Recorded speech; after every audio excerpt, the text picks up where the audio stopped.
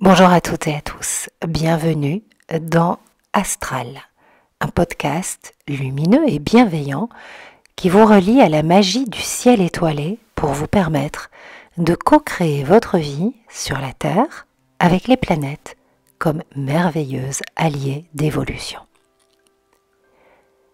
La semaine qui vient s'annonce passionnante sur le plan des énergies astrales.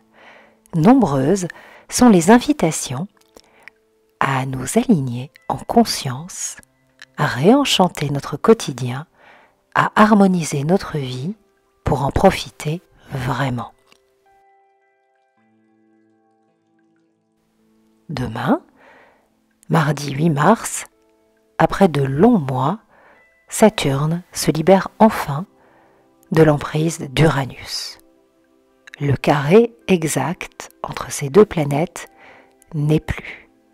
Il se reformera une dernière fois de manière large du 20 juin au 4 janvier 2023 et de façon plus serrée en octobre 2022. En attendant cette nouvelle échéance, et pour bien la vivre lorsqu'elle se présentera, offrons-nous un bilan.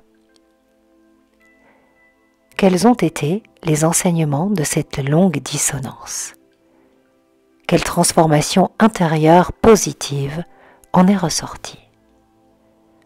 Avons-nous, au travers de cet aspect impactant pour la Terre, l'humanité, notre propre humanité, réussi à créer un espace de maturation personnelle, de rencontre intime avec notre être, afin de décider du meilleur pour nous-mêmes ?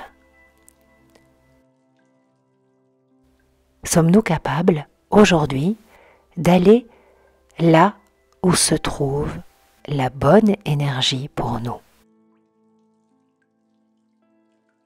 Se nourrir avec gourmandise d'élan de vie, d'enthousiasme, de joie et de vitalité. Ces mots se trouvent dans le Moon Journal pour illustrer mes propos sur la fin de ce carré entre Saturne et Uranus. Il me renvoie à ma dernière vidéo sur la nouvelle lune. En ce moment, le printemps se prépare. Sommes-nous connectés à nos élans de vie ? Comment nous nourrissons-nous ? Mangeons-nous par exemple beaucoup de sucre ? Et si oui, est-ce qu'il ne serait pas opportun de rééquilibrer notre alimentation en profitant des énergies du poisson pour laisser aller ce qui n'a plus besoin d'être ? Restons, quoi qu'il arrive, connectés à la pulsion de vie, à ce qui est bon, à ce qui est beau et sain pour notre corps, ce temple sacré que nous habitons et avec lequel nous marchons sur notre belle terre.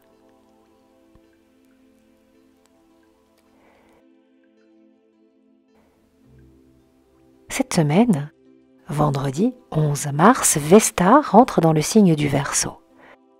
Elle y rejoint Vénus et Mars qui ont quitté le signe du Capricorne et s'éloignent de Pluton qui a fait ressortir l'ombre de cette conjonction avec ses pulsions de guerre.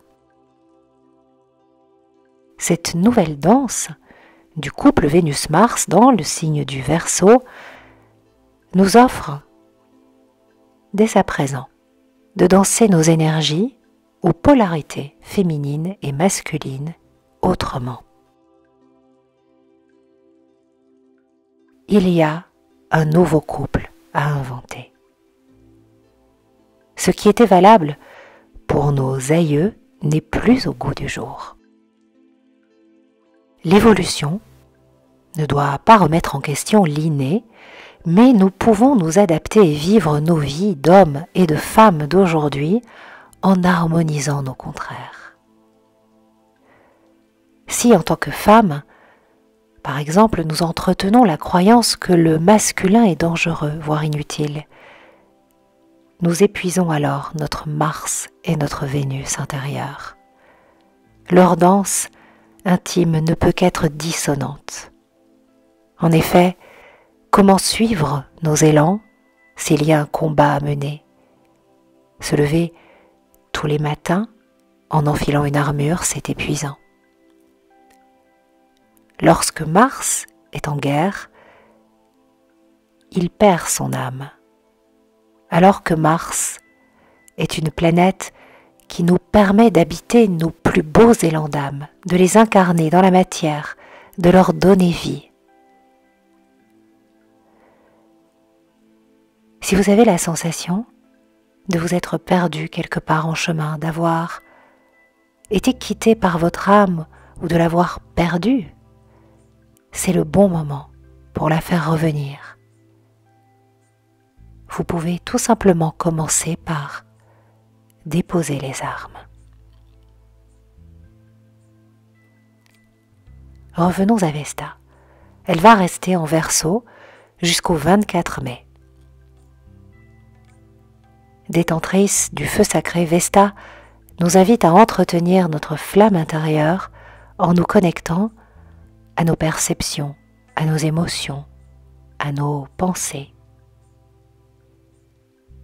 Plus notre conscience sera aimante, plus la vie se déploiera autour de nous.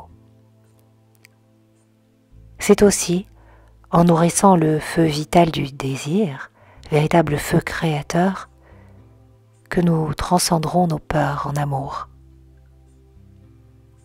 Car le langage sacré du désir est source de félicité. La sexualité sensible et sensorielle est une porte magnifique d'accès au divin. Cœur, corps et âme vivifiée, unifiée.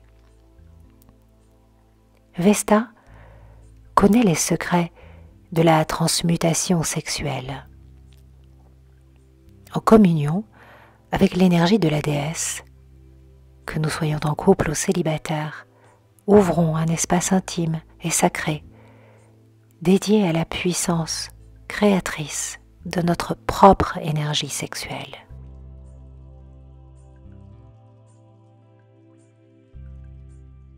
Cette semaine est également marquée par l'entrée de Mercure en Poisson. La planète y restera jusqu'au 27 mars. Mercure est en lien avec nos pensées, et dans ce signe, la planète nous propose de dissoudre toutes nos pensées toxiques et négatives dans un grand bain d'amour. Elle nous invite à lâcher nos certitudes et nos croyances au profit de notre intuition. S'il est bien nourri, que nous dicte notre ventre? S'ils sont écoutés, que frémissent nos sens? Si nous sommes reliés à elle, quels sont les messages de notre âme? Comment nous relions-nous au monde subtil, à l'invisible, à tout ce qui ne se voit pas, mais pourtant existe et est bien là?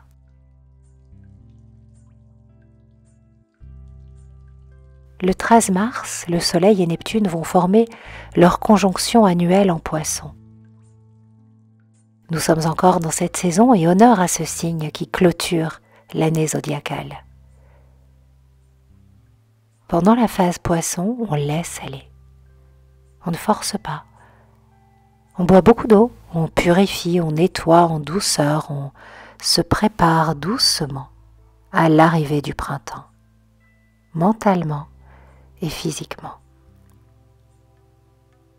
En effet, bientôt l'entrée du soleil en bélier, bientôt le retour des énergies feu et le grand réveil de la nature, mais pas tout de suite. Pour l'instant, c'est encore la phase Poisson. Alors, plongeons nos peurs persistantes dans le grand bain d'amour inconditionnel des énergies Poissons. Lavons nos émotions douloureuses, libérons-nous et délestons-nous de tout ce qui nous encombre.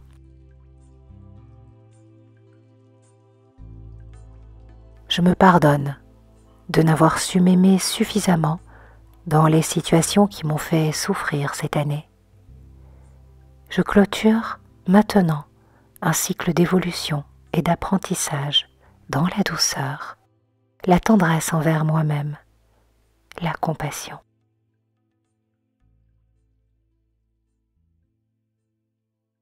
Quand on pardonne, on guérit.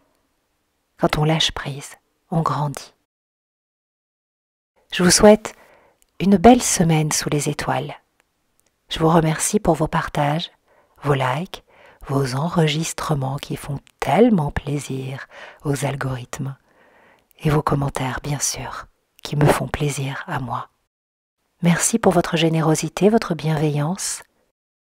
Je vous donne rendez-vous sur mon site, sur ma chaîne YouTube ou sur mon compte Instagram pour découvrir mes oracles d'amour, mes astro et tarot coaching, mes créations stylées et étoilées, mon astrologie bohème.